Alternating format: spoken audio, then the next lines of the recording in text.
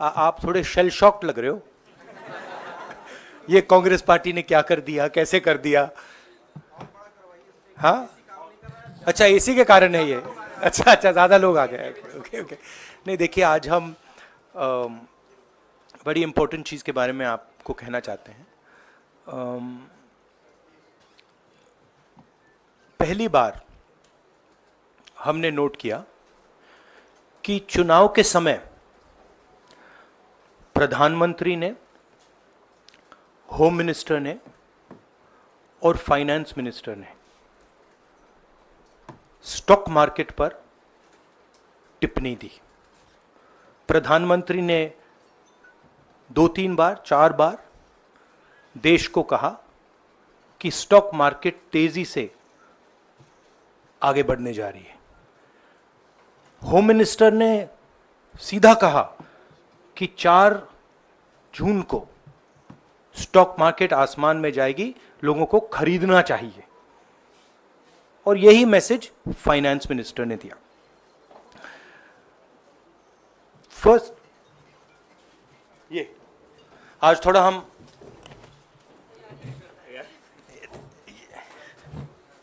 तो ये क्रोनोलॉजी है।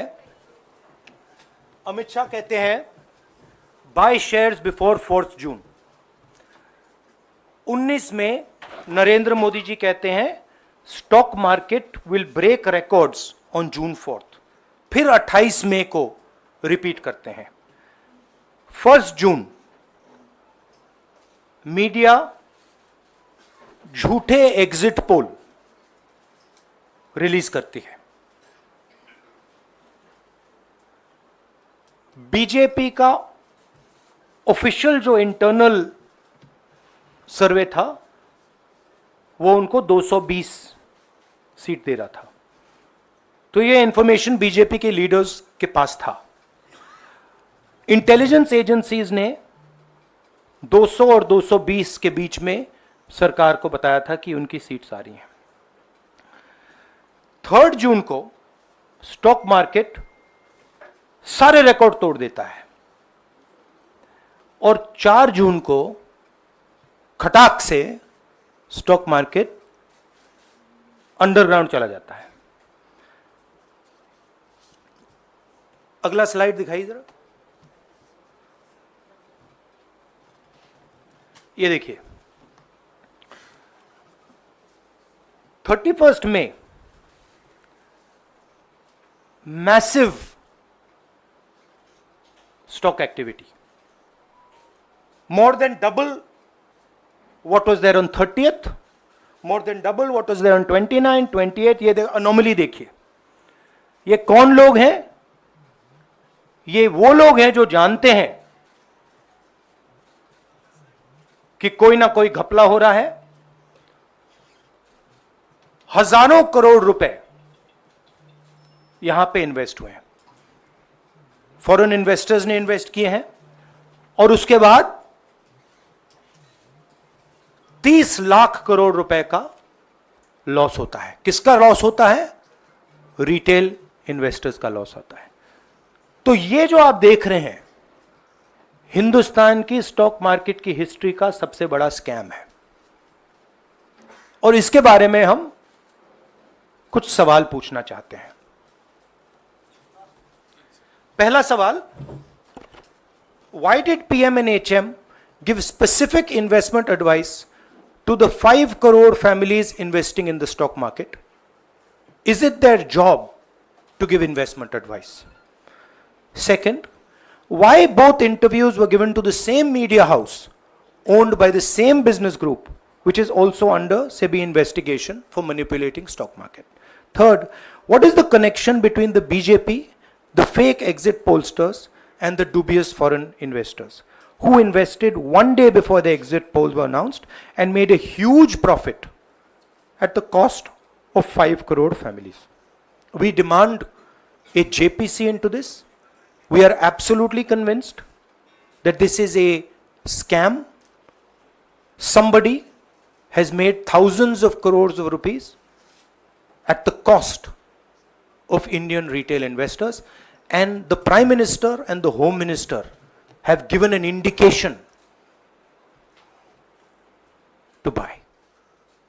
And this is a criminal act. So we demand today a joint parliamentary committee to investigate this. मैं हिंदी में बोल देता हूं, प्रधानमंत्री ने देश की जनता को इन्वेस्टमेंट एडवाइस क्यों दी और 5 करोड़ परिवारों को जो इन्वेस्ट करते हैं उनको प्रधानमंत्री ने, होम मिनिस्टर ने स्टॉक खरीदने का आदेश क्यों दिया? दूसरा, दोनों इंटरव्यूज जो किए गए थे वो अदानी जी के जो चैनल्स हैं उनको दिए गए थे, उन पर सेबी का इन्वेस्टिगेशन हो रहा है, तो उन चैनल्स का क्या रोल है? और बीजेपी के बीच में जो फेक एग्जिट पोलस्टर्स हैं और ये जो फॉरेन इन्वेस्टर्स हैं, इनके बीच में क्या कोई रिश्ता है? और अगर रिश्ता है तो क्या है? हम जेपीसी चाहते हैं, हम इन्वेस्टिगेशन चाहते हैं और देश इसकी सच्चाई जानना चाहता है। धन्यवाद। शुक्रिया राहुल जी। साथियों, अभी अभी राहुल जी ने आपको स्पष्ट तरीके से क्रोनोलॉजी समझ लिया है। बार बार गृह मंत्री कहते थे अब क्रोनोलॉजी समझिए। आज राहुल जी ने देश को क्रोनोलॉजी समझाया है। इसके ऊपर अगर आपके सवाल हैं तो एक एक करके आप पूछिएगा, एक एक करके पूछिएगा। I haven't said the chronology in English, so I'll say the chronology in English. 13th May 2024, the Home Minister says, buy shares before 4th of June. This is a clear indication to retail investors and others to buy stock. 19th May, for the first time, and then repeatedly until the 28th May, the Prime Minister says that the stock market is going to break records on 4th June.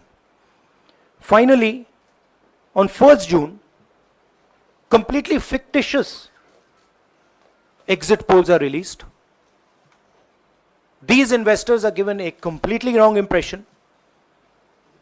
And on the 3rd of June, as we all know, the stock market breaks all records and then crashes on the 4th of June. Whoever has made money as the stock market rose and also as the stock market crashed. And we are interested in having a joint parliamentary committee, a JPC, to investigate the role of the Prime Minister, the role of the Home Minister, role of BJP members, and also those people who have done these fake exit polls. And finally, we want to understand who are the people, these foreign investors, who did these trades. So we want an investigation for that. शुक्रिया राहुल जी। हाँ संजय। राहुल जी, इससे पहले भी आपने Adani issue पे JPC पिछली लोकसभा में मांग की थी, तो क्या आप चाहेंगे कि ये इशू और हिंडनबर्ग इशू दोनों कंबाइन हो और दोनों की जांच हो? ये जो इशू है, this is a broader issue than just the Adani issue. It is connected to the Adani issue, but this is a much broader issue. This is directly the Prime Minister of India, Home Minister, who are privy to data on actual election results, who have IB reports, who have their own data, who are advising retail investors to buy stock on the 4th. This has never happened before. And by the way, the Prime Minister has never commented on stock market before this. This is the first time the Prime Minister has commented, very interestingly, and multiple times, one after the other, saying that stock market is going to boom, stock market is going to boom, stock market is going to boom. And at the same time, he has information that the exit polls are wrong. He has information that he knows what is going to happen because he has IB data and he also has his own party data. हाँ जी रवि।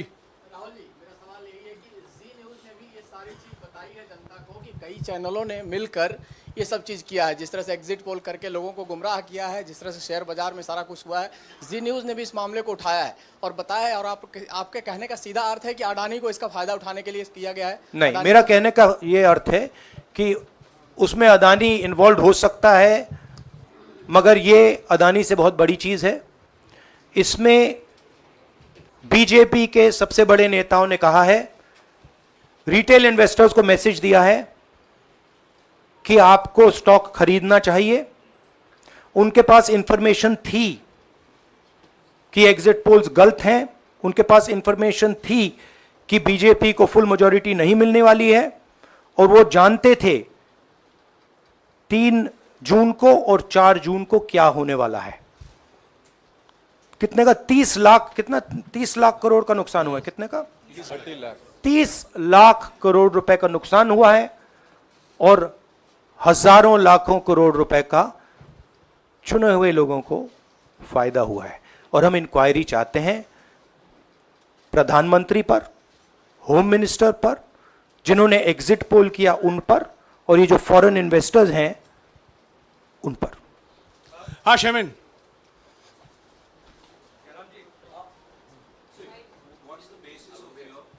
बहुत दूर है।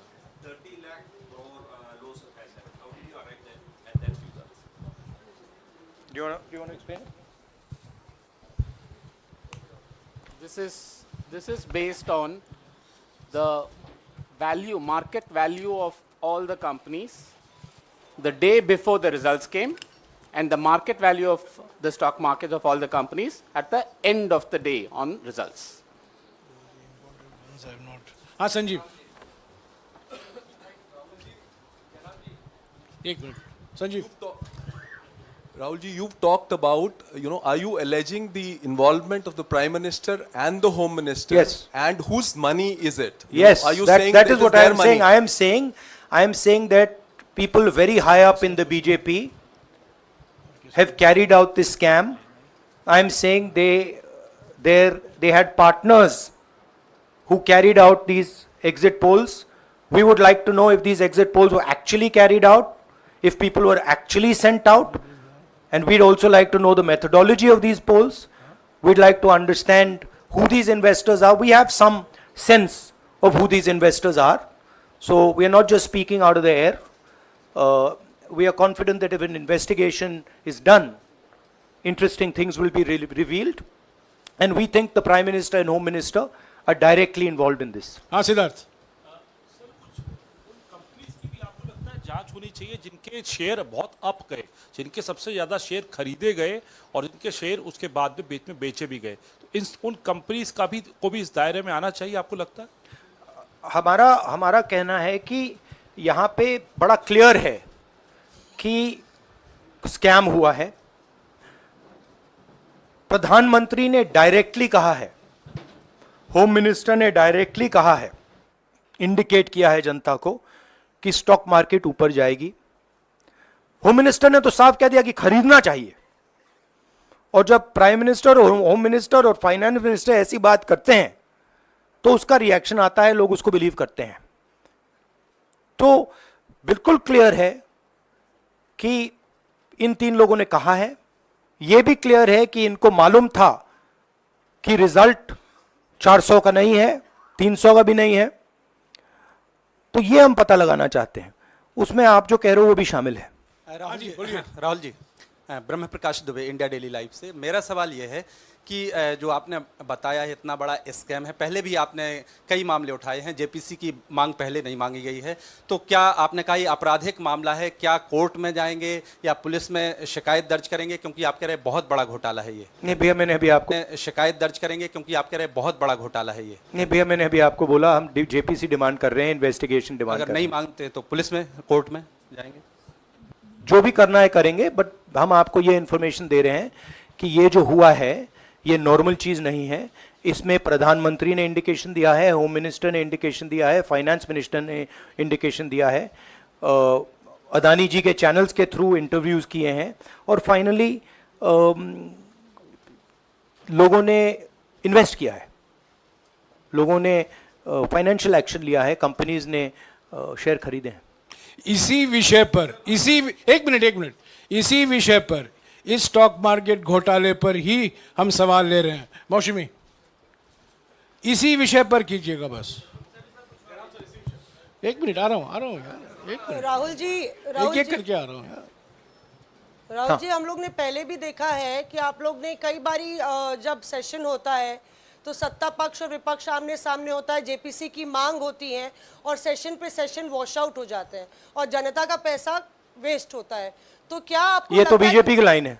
तो क्या नहीं, मतलब जनता का पैसा के सेशन वाटर आप ऐसी टी शर्ट ले लो ना एक, मुझे मैं आपको दे टी-शर्ट लेने दूंगा, की जरूरत नहीं है। उनका वो सिंबल दे दूंगा आपको, ये राहुल उनकी जी, लाइन है। सवाल आपको पसंद नहीं आए वो अलग बात है, पर आपको किसी नहीं, के ऊपर सवाल इस मुझे तरह बहुत से पसंद आ रहा है। इस तरह से उंगली उठाने की जरूरत नहीं है। आप चेक बहुत अच्छा लग रहा है, बोलिए। बीजेपी का बैच पहनने की आप जरूरत सवाल नहीं। पूछे ना, सवाल नहीं, आपको भी जयराम साहब ये बोलना नहीं, चाहिए, सवाल गलत पूछे, बात है। सवाल पूछे। मेरा बस ये सवाल था कि जेपीसी की मांग पे कई बारी कामकाज ठप हो जाता है, तो क्या आपको लगता है कोई और भी राह आप लोग सड़क की राह इख्तियार कर सकते हैं, क्योंकि ये आम आदमी का पैसा है। हम जनता को एक रियलिटी बता रहे हैं कि यहाँ पे क्लियरली एक स्कैम हुआ है। यहाँ पे प्राइम मिनिस्टर ने इंडिकेट किया है, यहाँ पे होम मिनिस्टर ने इंडिकेट किया है, यहाँ पे फाइनेंस मिनिस्टर ने इंडिकेट किया है। नॉर्मली बीजेपी की ये पोजीशन होती है कि जब भी हम कोई मुद्दा उठाते हैं तो हम पार्लियामेंट का टाइम वेस्ट कर रहे हैं। वही पोजीशन आपने अपनाई है, इसीलिए मैंने आपसे कहा कि देखिए आप बीजेपी की पोजीशन ले रही हैं। रियलिटी, एक सेकंड, रियलिटी ये है कि हम जेपीसी करवाएंगे। अब ऑपोजिशन में बहुत ज़्यादा ताकत है, बहुत ज़्यादा स्ट्रेंथ है और पूरा जो पार्लियामेंट की सिचुएशन है वो बदल गई है। हाँ जयनेंद्र, राहुल जी, जेपीसी की मांग जो आपने की है वो तो पार्लियामेंट सेशन में होगी, लेकिन ये जो आम निवेशक हैं देश भर के जिनका 30 लाख करोड़ डूबा है, उनमें कर्नाटक के, तेलंगाना के, हिमाचल के भी लोग होंगे।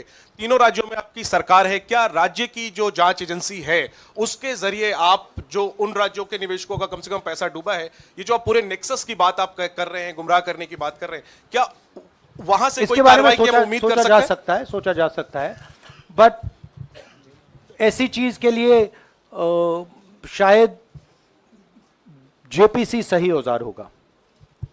हाँ Ranjita, last question, Ranjita, okay, Mohit is asked, Ranjita यार आप पूछते रहते। मोहित चलो। आपको ऐसे सर मैं इज अपसेट सर मैं मोहित, आपने चमत्कार किया, पूछ लीजिए। सर मैं मोहित हूँ, न्यूज नेशन से। नहीं, जानता हूँ।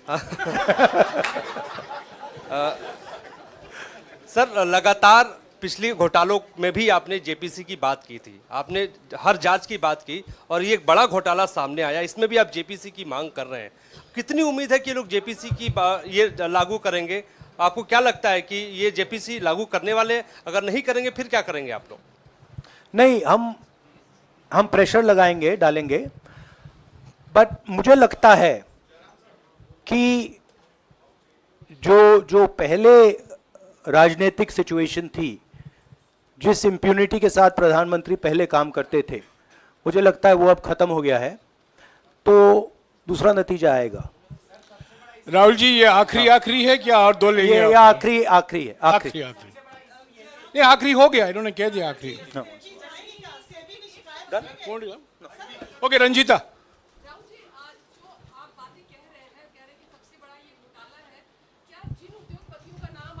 लेते रहे हैं, चुनावी जो रैलियां रही हैं उसमें भी और उसके बाद भी, क्या आप कहना चाहते हैं कि सरकार ने मदद की है उन उद्योगपतियों को और अमीर बनाने में? नहीं, मैं कह रहा हूं, मैं सिर्फ सरकार की बात नहीं कर रहा हूं, मैं दो इंडिविजुअल्स की बात कर रहा हूं। प्रधानमंत्री ने और हिंदुस्तान के सब रिटेल इन्वेस्टर्स जिनको नुकसान हुआ है, मैं आपसे बोल रहा हूं, आपको यह बात समझ आ जाएगी। आपका पैसा गया है, आपकी कमाई गई है, आपको नुकसान हुआ है, और इसमें करोड़ों युवा हैं जो ईमानदार हैं। तो नरेंद्र मोदी जी ने, अमित शाह जी ने आपको मैसेज दिया कि 4 तारीख को स्टॉक मार्केट आसमान छुएगी, और आपने उन पर भरोसा किया। मगर सच्चाई यह थी कि नरेंद्र मोदी को मालूम था कि 4 जून को स्टॉक मार्केट आसमान नहीं छुएगी, 4 जून को स्टॉक मार्केट का जबरदस्त नुकसान होने जा रहा है, क्योंकि उनके पास इंटेलिजेंस की रिपोर्ट थी और बीजेपी का जो इंटरनल असेसमेंट था 220 सीट का, वो उनके हाथ में था। तो मेरा ये सवाल है और मैं आपसे इन्वेस्टर से कहना चाहता हूं कि आपको जो चोट पहुंची है, जो आपको दर्द हुआ है, वो चोट नरेंद्र मोदी जी और अमित शाह के बयान ने आपको पहुंचाई है। और हजारों करोड़ रुपए किसी ना किसी ने चोरी किए हैं, वो आपके जेब से गए हैं, रिटेल इन्वेस्टर्स के जेब से गए हैं। तो मैं चाहता हूं, आपके लिए बोल रहा हूं, मैं आपके लिए बोल रहा हूं कि इन्वेस्टिगेशन होना चाहिए, पता लगाना चाहिए कि प्रधानमंत्री जी ने, होम मिनिस्टर ने आपको यह गलत इंफॉर्मेशन क्यों दी, और ये कौन लोग हैं, इन्वेस्टर्स जो हैं, फॉरेन इन्वेस्टर्स हैं, जिन्होंने इस दिन फायदा उठाया। ये देखिए ग्राफ है, ये रेड चार्ट जो है, इसको देख लीजिए। ये नॉर्मल ट्रेडिंग है, ये नॉर्मल ट्रेडिंग है, ये ग्रे वाली नॉर्मल ट्रेडिंग है, और ये जो ट्रेडिंग है ये अबनॉर्मल ट्रेडिंग है, ये 2-3 गुना है, और फिर ये हुआ है नुकसान। तो ये नरेंद्र मोदी जी और अमित शाह से मैं पूछ रहा हूं कि आप में इसमें आपका क्या रोल था, और रिटेल इन्वेस्टर्स के लिए पूछ रहा हूं, आपकी मदद के लिए, आपकी मदद करने के लिए पूछ रहा हूं, और इन्वेस्टिगेशन होगा तो आपके लिए होगा। धन्यवाद। शुक्रिया।